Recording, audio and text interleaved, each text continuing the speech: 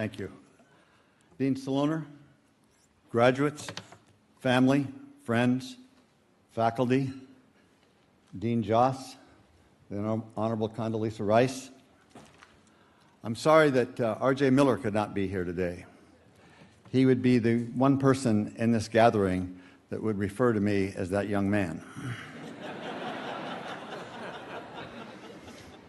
I graduated from this school in 1962, more than half a century ago. It was a time when jet travel was just beginning with the introduction of the Boeing 707. There was no Silicon Valley per se. There were no fax machines. There was no internet. There were no cell phones, no iPads. The latest technological development was the color TV. There was no such thing as venture capital. The number one company in the world was General Motors. The biggest firm on Wall Street was Merrill Lynch, Pierce, Finner, and Smith. Commercial banks were not allowed to engage in investment banking activities, and there was no birth control pill. There is absolutely nothing in my journey that has any specific application for what awaits you. In so many ways, today's talk could be called Return of the Dinosaur. Why, therefore, before this, the greatest class ever to graduate from this best business school on the planet,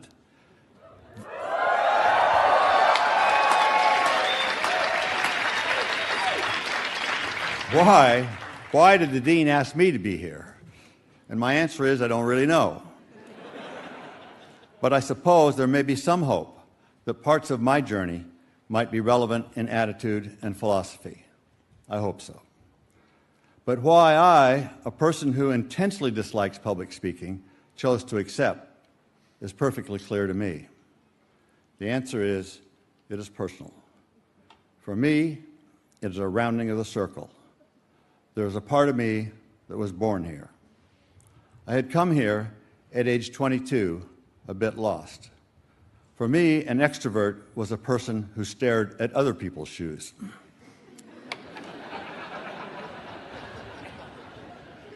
Shy, insecure, unsure of what I wanted to do with my life.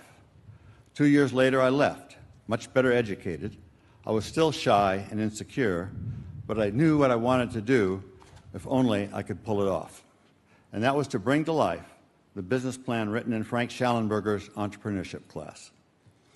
So I returned, 52 years after my own graduation, to this place, this magical place which is an extended part of me.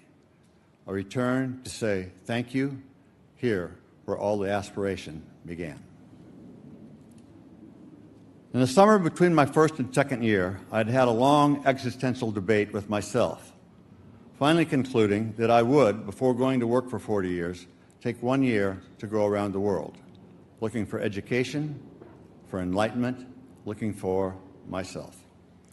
And in the winter term of my second year, I took that entrepreneurship class, whose road led to Japan.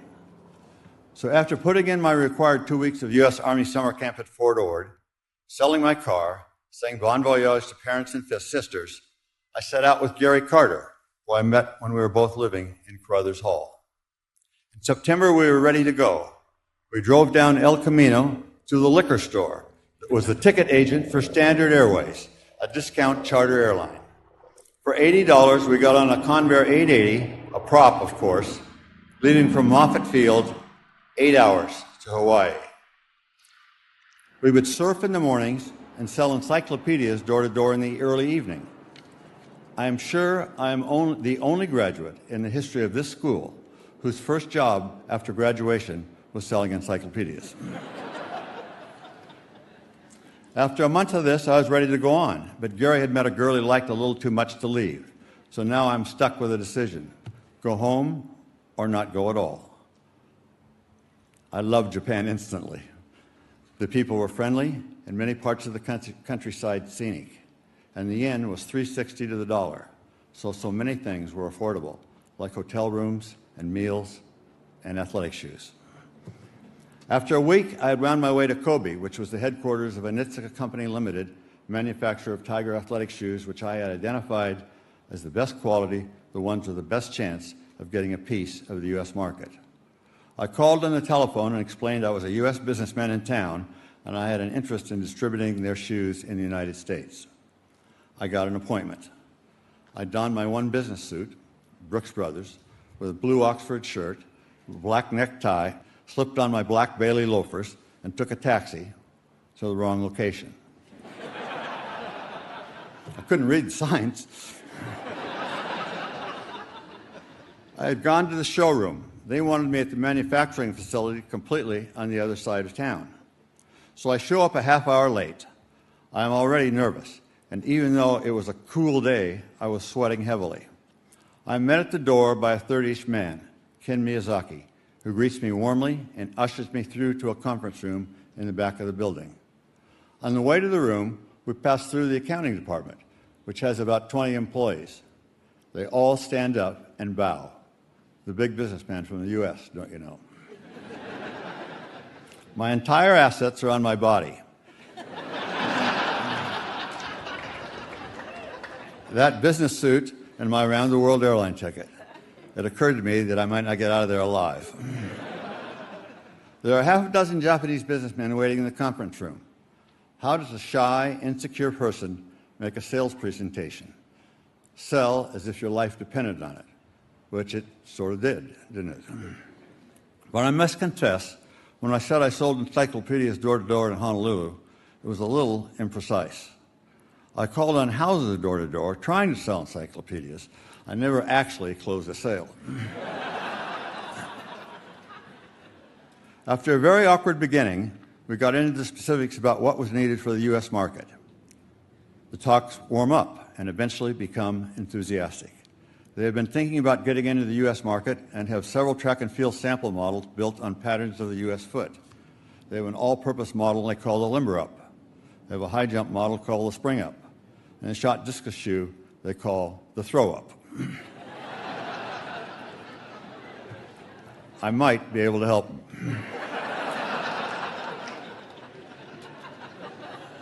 So we end with me placing an order of 15 pair of samples. And after I leave, I sit alone on a chair in the chaotic Osaka airport and ask myself again, where am I going? I am very excited about the meeting with Anitsuka, and one part says, this is exactly what I want. I should race home and get this business going. The other said, if you don't go around the world now, you will not go for 4 or 5 decades. I flew to Hong Kong, which is a good thing. The samples didn't arrive for 14 months. When the samples finally came in, I showed them to my old coach, Bill Bowerman, who was so impressed he asked to let him in on the deal. We shook hands on a 50-50 partnership, and each of us put up $500. We bought 300 pair of shoes. First-year sales were $8,000. We made a $250 profit. In 1964, my life got busy. By day, I was a CPA for Price Waterhouse. My Army Reserve requirement takes up 2 days, 2 Tuesday nights a month, and 1 all-day Sunday, plus 2 weeks in the summer. Dating with mixed success, and all the while my real love is that little company that Bowerman and I have started. We get to $100,000 in sales. We get to $500,000, then $1 million. I multitask. I can drive a car, eating McDonald's filet of fish sticks, and reading the newspaper all at the same time. I was pretty efficient for a couple of years until I rear-ended the car in front of me. It took a lot of time to get insurance companies lined up, my own car repaired, and the cuts on my forehead fixed, so I don't do that anymore. By 1972, we got to $2 million in sales with a 3% net profit, but it hadn't been easy. After all, $500 apiece doesn't provide much equity, even for $2 million. I had tossed in most of my Price Waterhouse checks for 4 years, but I was spending 4 days a week at the bank trying to convince them to give us a little more credit. By now, I've quit Price Waterhouse and I'm going full-time. And somewhere in the process, my search for credit put me in touch with Nissho Iwai, the 6th largest Japanese trading company with annual sales of $100 billion. We began developing a positive relationship. Meanwhile, Anitsuka had brought a 32-year-old hotshot, Shoji Katami, with a charge to expand export sales. Export sales were primarily us. So young Mr. Katami brings me the following offer. Sell us 51% of your company at book value, or we'll set up other distributors, regardless of what that piece of paper that we signed says. With Tommy's ultimatum, I did an instant cost-benefit analysis, which led me to this dilemma. How do you say go to hell in Japanese? So there I am, 34 years old, married, a 3-year-old son, 80% mortgage on my house, 45 employees, the personal guarantee of the $750,000 company loan, inventory going more obsolete by the day, and no new product to sell. We had a team that had been nothing 8 years before and built it up to become recognized in the sporting goods world. And that team had designed the 3 top-selling Tiger running shoes. We had a large pot of coffee and the support of the 6th largest Japanese trading company. And that trading company could and did introduce us to every shoe factory in Japan and provided the financing to import those products. But then there was the little matter of the lawsuits, plural, one in the U.S., one in Japan. I get my cousin, Doug Hauser, Stanford Law, 1960, to take our case on a contingent fee. It took 3 years. We won both suits. Meanwhile, we paid $35 to a graphic arts student at Portland State College to give a rendition of the side logo on the shoe, the logo now called the swoosh. Years later, she was interviewed by the Portland Oregonian and they asked her what her second biggest project was. She answered, wallpaper for a Walla Walla motel. We had each of the 45 employees submit a suggestion for a brand name. Jeff Johnson, 1963 Stanford graduate, who I had met on a workout at Angel Field and who was our first employee, submitted the name Nike. Well, I said, I don't really like it that much, but it's better than any of the other 44, and hopefully it will grow on us. We were no longer limited to track and field shoes, so we brought in wrestling shoes, tennis shoes, basketball shoes as well. And sales grew to $3.2 million, but we had our first ever loss, plus one other little problem. We got kicked out of our bank.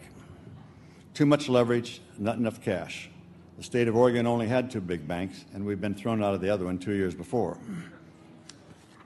Nishiwai stood in for the bank until we found one, the First State Bank of Milwaukee, Oregon. A small bank, but we made it work. So there I was, sitting at my desk, more relaxed than any time in more than a decade. In the period between getting cut off by Tiger and establishing a banking relationship with the First State Bank of Milwaukee, Oregon, sales, mainly through the introduction of the running shoe with a waffle sole, had risen to $25 million with solid profitability. Oh yes. But at the top of the morning mail, letterhead said, United States Customs. The announcement that this is an important letter. It turned out to be so. Attached was an invoice for past due customs duties of $25 million. The exact same number as our total sales for the year. I had no idea what they were talking about. So what we find out is there's a little used part of the customs code dating back to the 1930s. Duty in 3 categories: benzodrine chemicals, cherry stone clams, and athletic footwear with synthetic uppers could be assessed not the factory cost of the goods, but on the American wholesale selling price of those goods, if in fact goods were like or similar, if you like that language, to American manufactured goods. So here comes this invoice. And in spite of the fact that we've been charged and paid the amounts that we'd been invoiced for previously, our prices had been based on that and long ago been sold. The $25 million was on top of that. Well, things were fuzzy and unclear. One thing was absolutely certain. No way we were going to be able to pay that amount of money. So I go to Washington, D.C., reaching as high up in the political ladder as I can. When first contemplating imported nylon upper running shoes, we had asked Customs for a ruling on what the duty would be. When shown the letter signed by the Assistant Director of Customs stating our duty would be 20% of the factory cost, not the double that we were being assessed, the response of John P. Simpson, Deputy Assistant Secretary, well, that letter is not binding on U.S. Customs. In other words, we lied to you, you screwed up, you trusted us. And gradually we began to figure it out. This obscure rule had been on the books for nearly half a century, and now U.S. shoe manufacturers, Converse and others, banded together to lobby the government to apply the extra duty on athletic shoe imports in general and us in particular. They had to make something that met the test of a customs officer who likely had never worked in a shoe factory, as in like or similar. And they then had to sell only a few of those shoes to hugely increase the cost of our shoes going forward if in fact the retroactive part didn't put us out of business, which it nearly did. Thus began the great ASP fight, a fight for our very lives. It lasted 3 years. I am in the sneaker business, and I've got to have a Washington, D.C. lobbyist. Most lobbying firms on K Street were more than willing to take our case for a fee of $1,000 an hour. We hired Jay Edwards, Stanford 68. He had just opened an office representing Portland General Electric, the Oregon Public Utility, and the Nez Perce Indians. And now, for a retainer of $300 a month, us. Any, over, around, and through. We fought like bastards. Our cause was just, the government was aligned with the forces of evil, and if we lost, we were kaput. But I believe that fight made a huge imprint on our culture, which lasts to this day. We joined the American footwear manufacturers and then sued them. We made an inflammatory TV commercial, which ended with the tagline, "If this little shoe company goes out of business, a little bit of Yankee freedom dies with us." No reputable TV network or channel would show it. We got on the air on a New England religious channel between 12 and 1 in the morning. It generated 3 letters, all of them positive.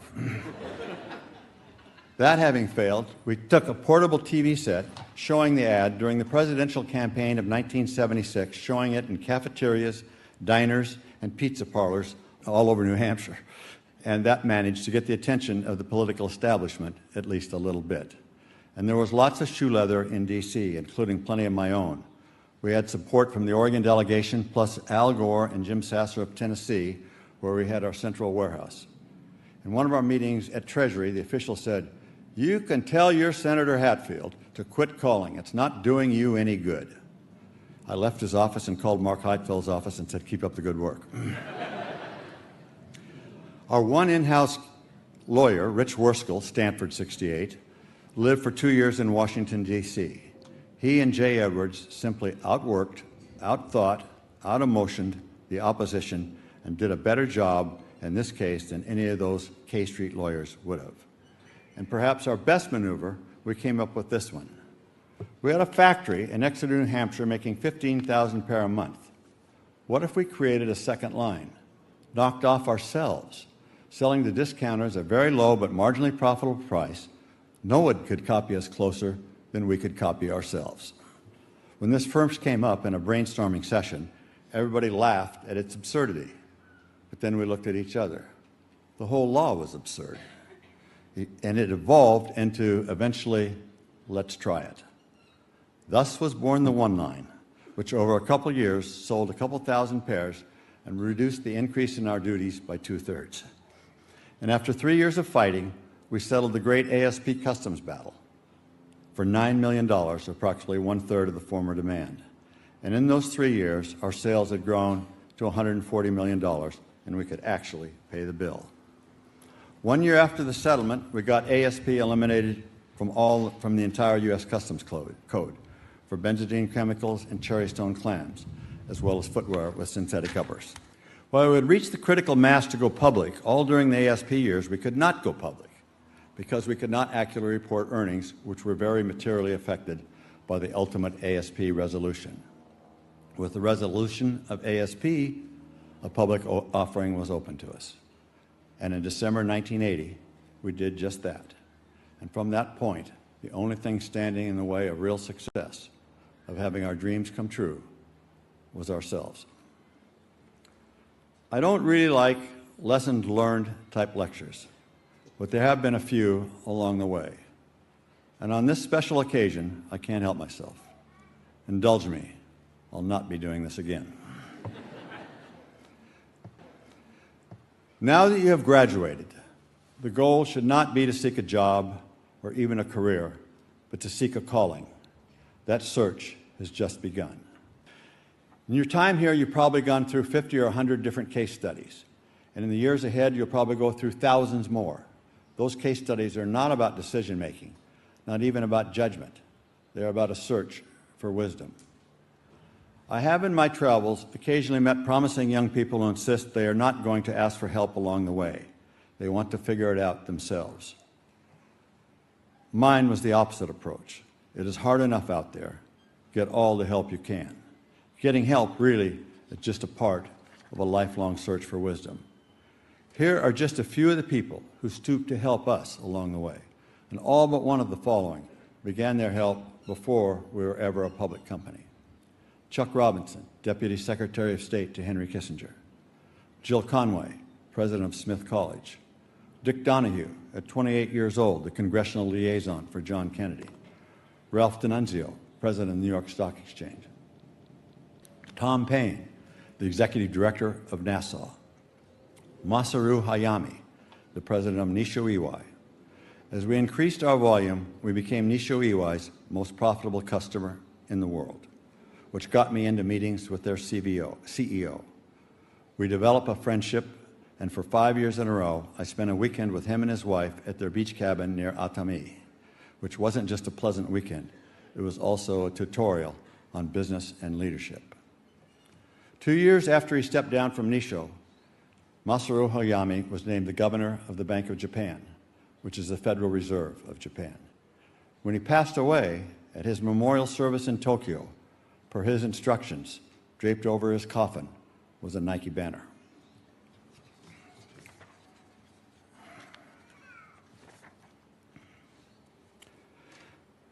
And don't be afraid to come back to the school that spawned you. Frank Schellenberger always raised my spirits when I was feeling low and wanted to get a hold of him. Bob Davis and Mike Spence each spent 10 years on the Nike board of directors. And there are a couple other lessons. 2 9s working together will beat 2 10s working for their own careers every time. Ability and desire must always trump money and power. If you can't get financing, don't be afraid to go 7,000 miles from home. Government is part of business, any business. There is such a thing as managing creativity, and dare to take chances, lest you leave your talent buried in the ground. And where there is no struggle, there can be no art. And finally, there is this thought. 10 years from now, the first of you will be asked to give the commencement speech to what will then be the finest class in the school's history. You'll be a bit torn. You are multitasked to the max. 2 kids. One has an ear infection and needs to get to the doctor right away. Your husband is more needy than usual, and he has a flight in the morning to Europe for 10 days. Your company is at a critical point in the strategic planning, and everybody looks to you for what the answers will be. Plus, the company has a PR crisis, and you have a TV appearances scheduled for 5 days straight. And that golden lab you had for 2 years has all of a sudden decided it's not housebroken. There is no time. There is no time. And then you'll accept.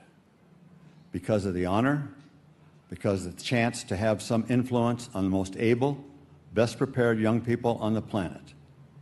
And you will accept, though it is hard to see now, because there is a part of you that longs to go back to a place and a time and a self forever gone. And looking for things to say, include in your consideration moments from the school's history. You might even look back to that time from the deep past, that moment over 6 decades before, when Frank Schellenberger, beloved professor of entrepreneurship, said the words that meant so much to me, the words that became the mantra for his class, the words that said, "The only time you must not fail is the last time you try."